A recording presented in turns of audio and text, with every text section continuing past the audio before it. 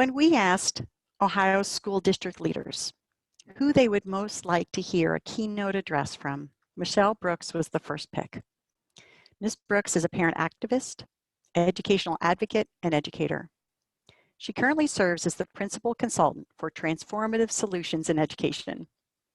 In her former role, she served as Assistant Superintendent in the Boston Public Schools, and during that time was named a leader to learn from by Education Week magazine. Ms. Brooks will be asking you to be active during her presentation by responding to some questions. So to join the discussion, hover your cursor at the bottom of your screen and select the chat. When you respond to a question, be sure to select all panelists and attendees. We are honored to have Ms. Brooks as our keynote speaker. Welcome, Ms. Brooks. Good morning. Good morning. Oh, just wanted to make sure I wasn't on mute. I always do that. Good morning, everyone. First of all, I would like to thank the Ohio Family Engagement Center for inviting me to speak to you today. It's always an honor to speak to those who are right on the front lines, serving our families and our students, and you make the work happen. I want to begin by thanking you for your efforts in service to our children and our families, especially in these unsettling times. You know, this work has become more critically important to addressing not just the engagement of families, but addressing the disparities and the inequities that deny opportunities for our most vulnerable and marginalized students and their families. As I thought about the theme for this summit, Next Level Family Engagement, I began to think about the challenges that the field has had to address in the face of COVID-19. It's been a whirlwind. You know, schools shut down. We've had to really adjust practice, and there have been some opportunities in the face of all of those challenges that have emerged. And I want to really begin to have you think about the opportunities. And as we begin to think about this next level of family engagement, I believe we need to affirm what we already know is foundational to this work. First is the frameworks. The dual capacity framework continues to provide a compass, and I always say that, a compass. It is not a map. As Dr. Mapp has said, it is not a map, it is a compass. It provides us with the direction we need to go. And it also has those elements that we need to really build our practices around. And when I've talked to folks around the country, and really unpack some of the adjustments that they're making, a lot of them, the majority of them, are grounded in these principles, and we've done them, people have done them instinctively, but they're the ones that are most impactful have been grounded in that framework. So it's important to remember the frameworks when we are doing this work, because that framework really helps us in building the capacity of families and of educators so that they're partnering in much more effective ways. The conditions for engagement also provide some clear indicators for shaping the culture of engagement.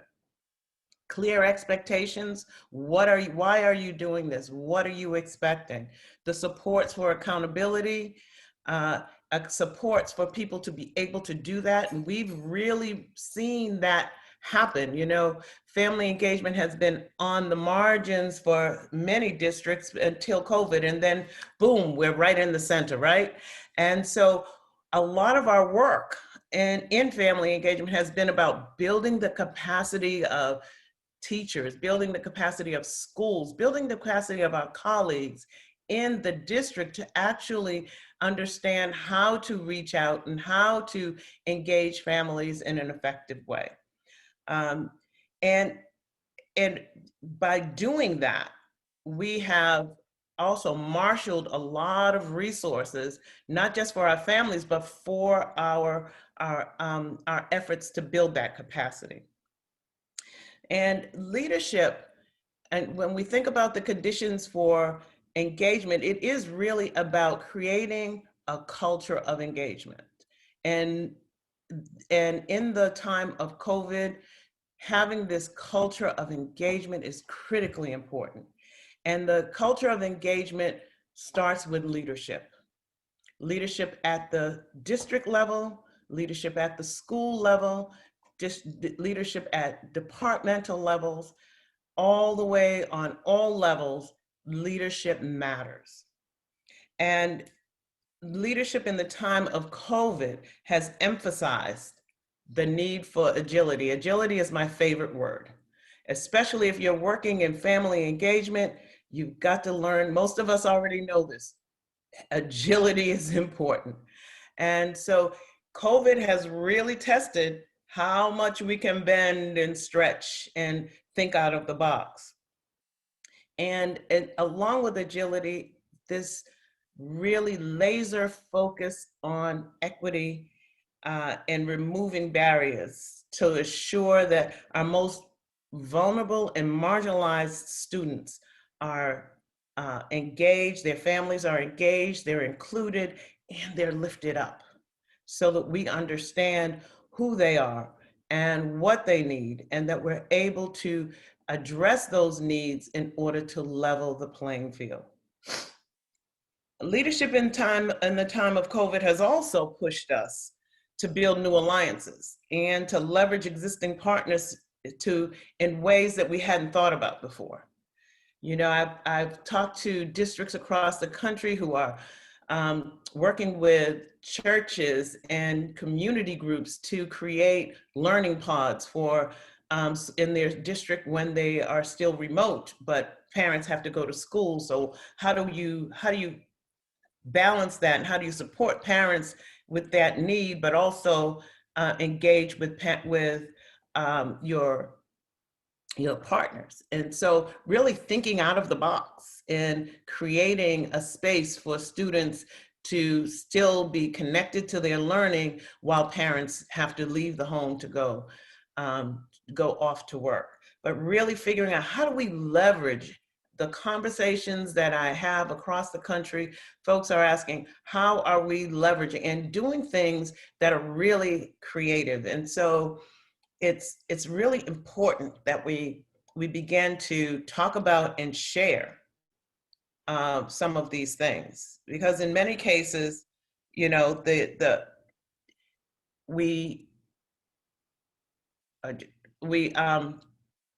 many cases we're thinking about how these partners can be leveraged in ways that really support families also and the needs of families.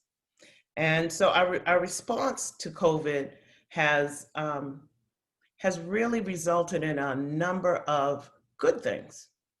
And I think the one thing that I hear consistently across the country is that there are deeper connections with families. And not just with the family engagement liaison in the school or the family engagement department, but there are deeper connections with families across the board. That is an amazing thing. And I think what we need to do is, we're thinking about these connections and these collaborations with families.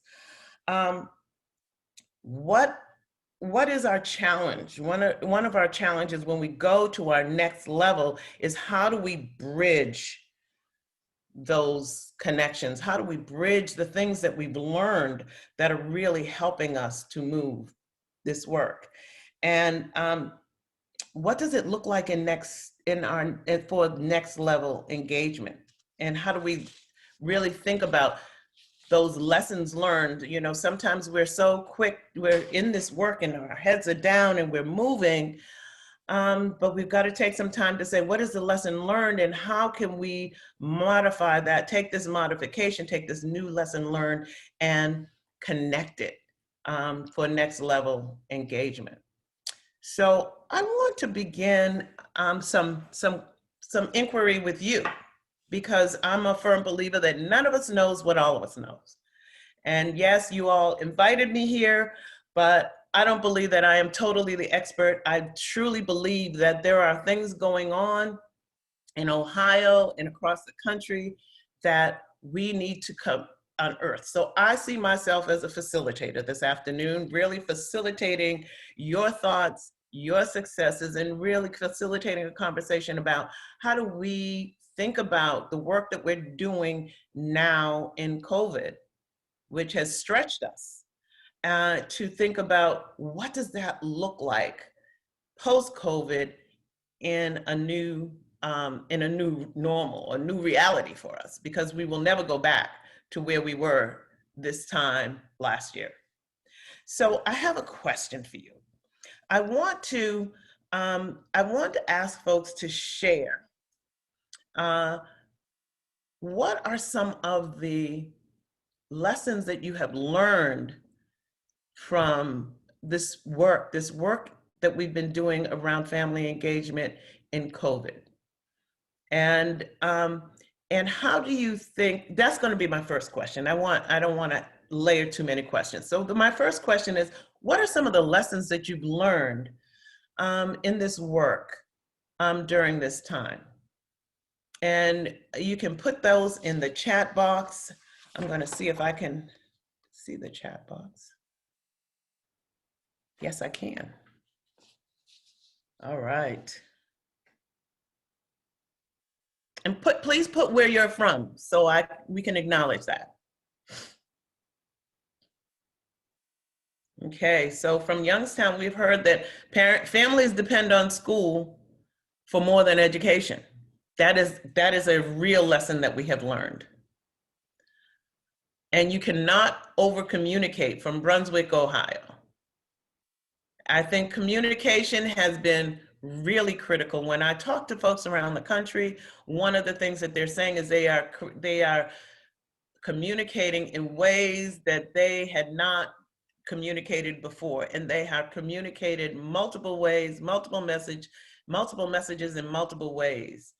Ooh, this is moving so fast. You all have some great lessons here. Let me see if I can scroll up. Okay, families are interested in how to help their children succeed, and they're willing to do whatever is required. And that was from Tifton, Ohio. All right. Let me see. So there are a lot of things that we've learned. And now when I think about this, oh, this is a really good one. To be open and honest with everyone about the challenges. I think one of the things that COVID really did for us was none of us had been here before, so there were no experts on COVID. The districts weren't the experts, teachers weren't the experts, families weren't the experts. There were no experts on COVID and what to do. And what we ended up doing was to really say, you know, districts across the country, that what I heard them say, that we said to parents, this is new for us too. Please, we're going to be learning together as to what to do. We're going to make mistakes, but please, you know, be patient with us as we try to move through this, and know that our only objective is to do the right thing by your children. And when you are communicating and have that level of vulnerability with families, they tend to trust you and they tend to give you grace when you mess up. And I think that's a really important message to learn, even when we go back into a more, I won't say normal, into the next phase of this work. That whole honesty, not just honesty, but vulnerability, just being clear when you're not sure. My next question to you is, what are some of the practices that you have implemented that you are thinking about rolling over into this next phase? So when school is back 100%, what are some of those strategies that you are thinking about keeping, and maybe adjusting as you move forward? So I want you to type those in the box. I'm really interested in seeing what kinds of strategies you all have implemented here in Ohio and across the country at.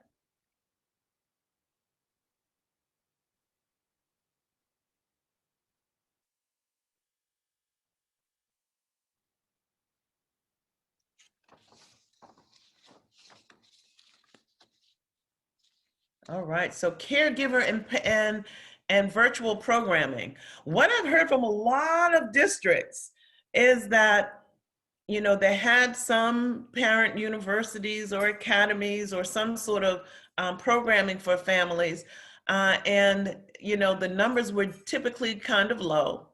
But when they went virtual and they were able to do it at times when parents could join, that their numbers would go through from 20 parents to 1,000 parents. I've had folks talk about town halls with families that had 3,000 families on the line. So parents and families are they're clamoring for support, and to the extent that we are tailoring what we hear that they need, that doesn't change.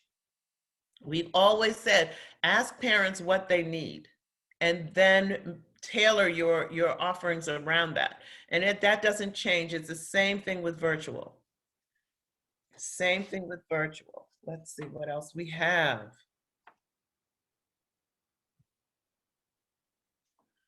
Okay, yes, a lot about virtual meetings. And you had monthly meetings with families that were done in person and in Zoom. The other thing that I also am hearing about are these wellness checks with families, especially families of students who struggle and who are not showing up online, really making sure that you have these wellness checks. Some of the other topics are around socialization, helping parents understand about socialization with their children, because their children are home and they're missing a major component of their socialization when they're not in school. Okay. Someone has here that they've created small teams of students led by a staff member that help with social, emotional well-being. Really bringing groups of students together to really interact, because they're missing it, especially the teenagers. They're really missing that. That whole socialization is part of their identity, part of them developing that identity as they move into adulthood. So it's really critical that we find ways to support families with that. Okay, these are great. Home visits, virtual home visits. I know that the parent-teacher home visit program has created a bridge visit, which is a virtual visit using their home visit protocol for those of you who are using the parent-teacher home visit model. But also those home visits or wellness check-ins online just to say, how you doing? What do you need? Building those relationships. And at the core of everything that I've seen in these boxes, it really builds relationships. So I'm going to begin to wind down, but I really want you to think about leveraging these opportunities for all of this great work that you have done, leveraging that in new ways as you begin to think about, what does this work look like post-COVID? You know, we have been talking for years about next level family engagement. Well, COVID has really thrust us into next level family engagement, has given us that step up, because we had to figure out what's the next level. And so now, how do we bridge that into, and bridge that using using the frameworks, using the conditions for engagement, so that we have solid strategies that we can now use as we begin this next phase of our work. So I want to really encourage you to take the opportunity that this summit provides to learn from each other and to strengthen your practice as you move forward to envision and implement next level engagement in your in your districts. And remember that next level engagement is going to require agility. And you've had a great exercise in agility with COVID. So don't lose that ability to be agile. And it's going to require a real laser focus on equity and the alignment of evidence-based practices. So I want to just kind of end my formal remarks here because I want to give you all time to ask questions if you have any.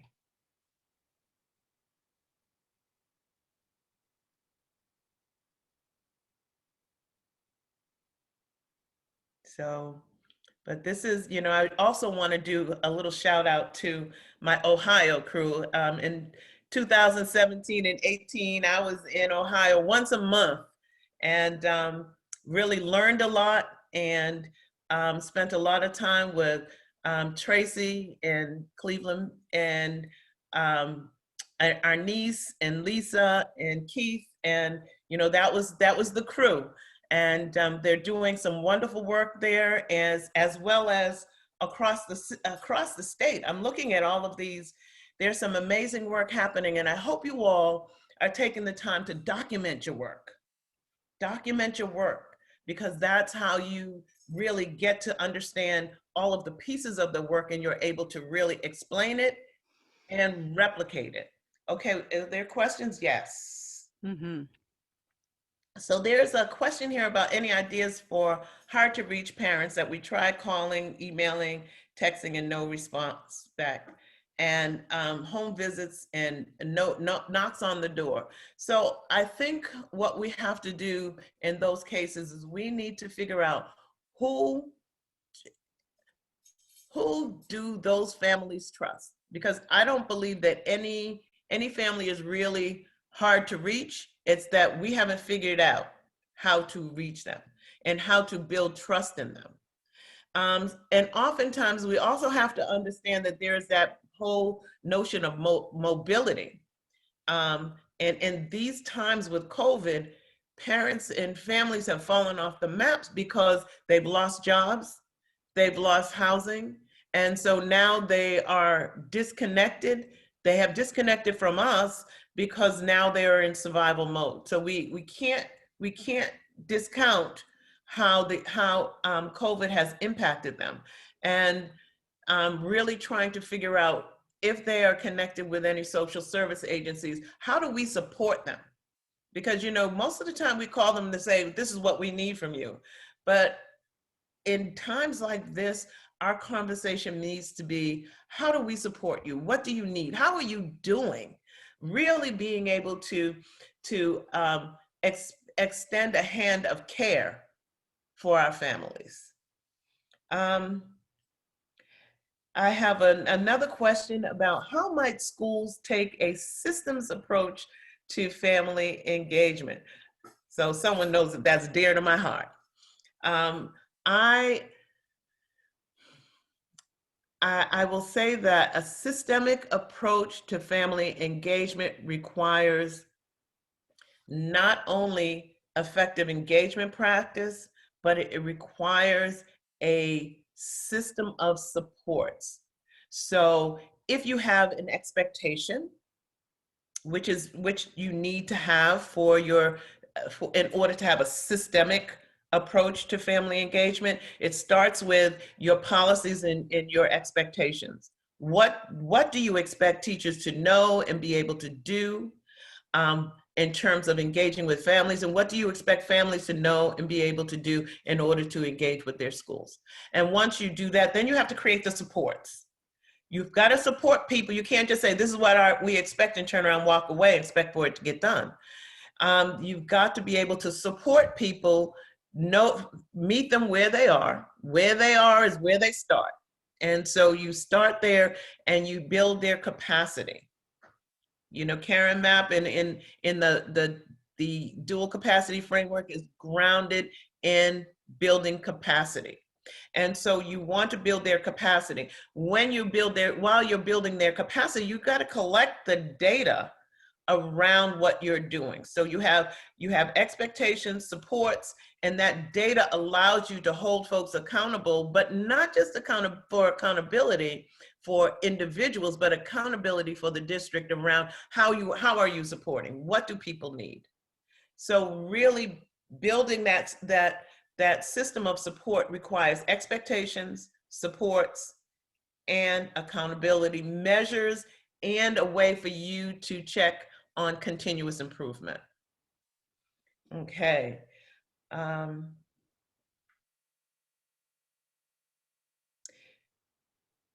Okay, let's see. I have a lot of there are some folks shouting out and sharing. There are some sharing. I wonder if can everyone see these, because folks are sharing. Oh, I have another one. How do we tell and share the narrative so that others understand this work? That is critical. I often ask district leaders, what is the narrative about your work in your district? What do people believe and say about your work in the district? And then I ask them, so what do you want people to believe and see and say about your work? Usually there's a huge disconnect.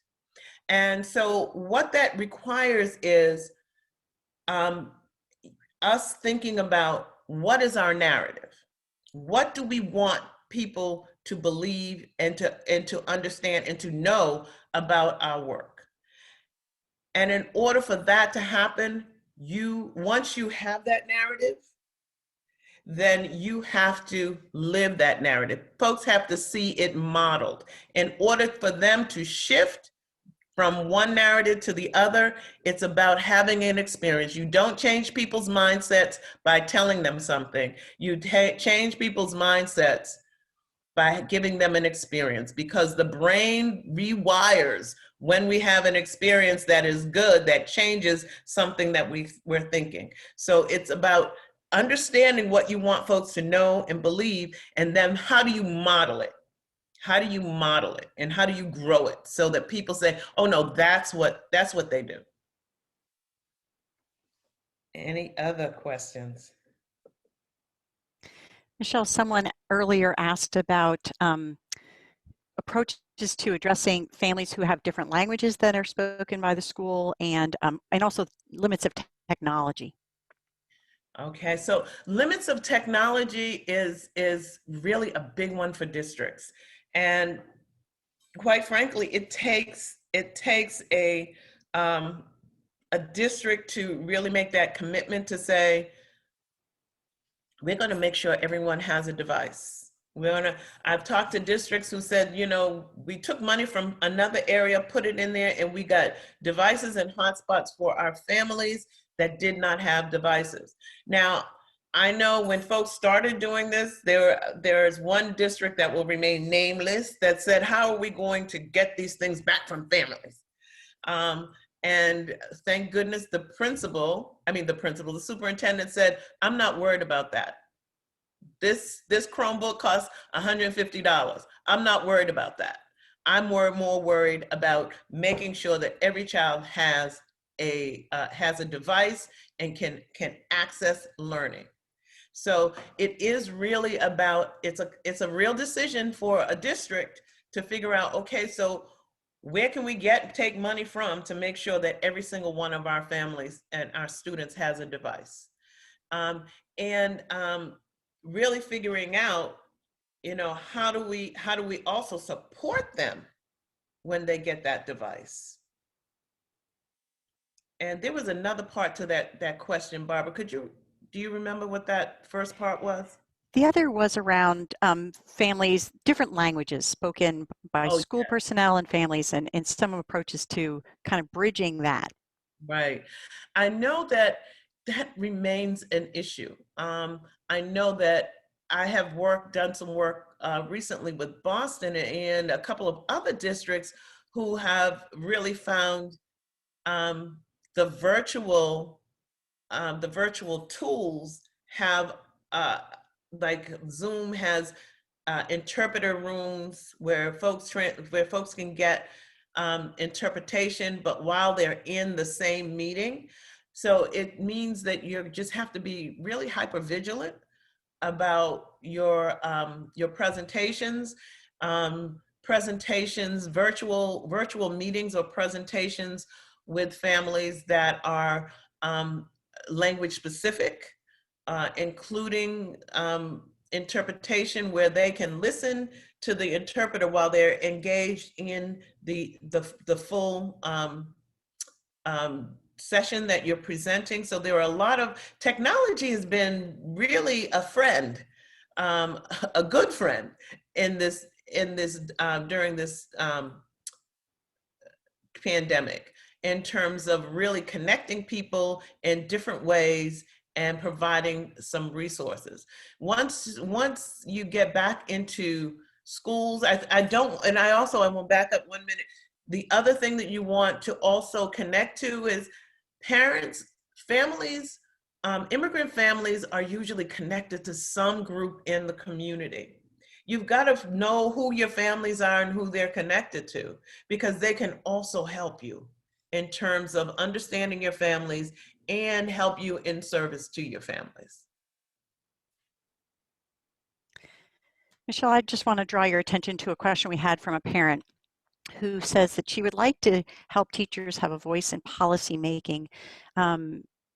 She says family engagement needs to include the frontline workers and the lawmakers, because frontline workers see the daily needs of our kids. How would you give teachers a voice and input? Wow, I think that if we're really going to develop policy, and I'm speaking now at the district level, and because I believe that's where it really starts, that we've got to have parent, teacher, and in some cases, student voice engaged in policy. And I know that some districts in some states require decision-making bodies that include parents, teachers, and students as appropriate. And that's, really beginning to figure out how do we bring those voices to the table. But once we get them there, we need, in developing effective policy, we need to understand what is the problem we are trying to solve with this policy. Not developing random policies, but really saying, what is the problem we're trying to solve? And what do we believe is the root of that problem? And how can this policy address that and move this problem and address this problem and move the work forward? And that's what you want your policy to do. You really want your policy to say this, and in order to identify the problem, you've got to have the voices of the people who are on the ground. You can't, if you're developing a family engagement policy, it's wonderful to have all the research. It's wonderful to see what other folks are doing, but it's essential to have the voices of parents and teachers really helping you understand what it looks like on the ground where you are in your district, and how developing that policy can move that to effective practice.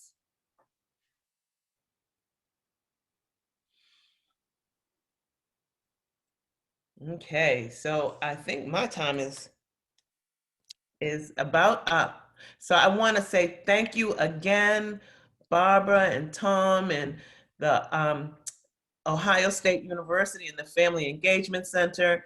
Thank you to all of you. This is a little different for me. During COVID, I've had to make some adjustments too, because I'm used to vibing off of people. So I do feel your vibes through the chat box. I appreciate that. And I want to thank you again for all of the work that you have done during this time, and the work that you will continue to do for our families and for our students, because our students are our future. And if we want our future to mean change, then we've got to keep doing this work. So thank you, and thank you for having me. Thank you. That was just right for us to kick off what's going to be a really great day that is just full of really wonderful learning. opportunities. But would all of you please join me in thanking Ms. Brooks for her presentation to us this morning. You all have been active in the chat, and if you haven't been and you've just been enjoying reading and listening, I hope you'll get your fingers on your keyboard right now and just express our gratitude for a leader from our nation coming and sharing with us here in Ohio, and to all of us who are joining us on this webinar today. Ms. Brooks, we really appreciate you and your message today, and just kicking us off on in a great way.